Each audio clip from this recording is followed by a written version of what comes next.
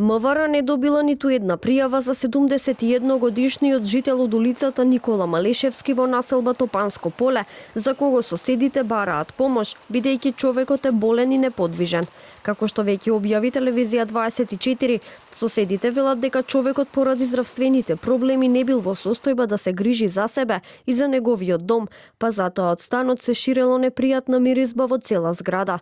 Тие ни раскажаа дека за случајот пријавиле во сите институции, вклучително и МВР и во Министерството за социјална политика, демографија и млади, но од МВР велат дека случајот не им е познат.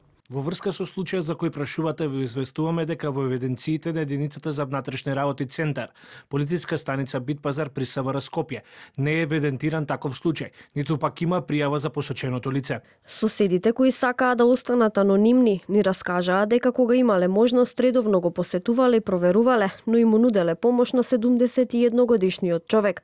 Покрај тоа што сакаат да му помогнат, тие стравуваат дека ќе се разболат од нечистотијата. Човекот живее во многу лоша состојба, значи во катастрофни услови.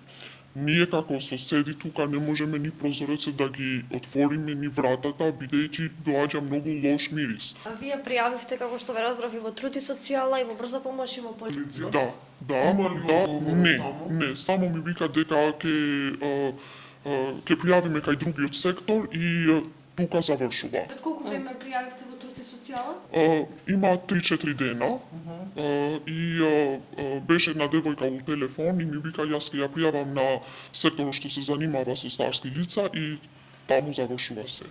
Телевизија 24 побара одговори од Министерството за социјална политика, демографија и млади. Од таму велат дека не постапуваат директно во вакви случаи. Не одговорија конкретно дали до нив стигнале пријавите од соседите, но кажаа дека случајот ќе биде проследен до надлежниот центар.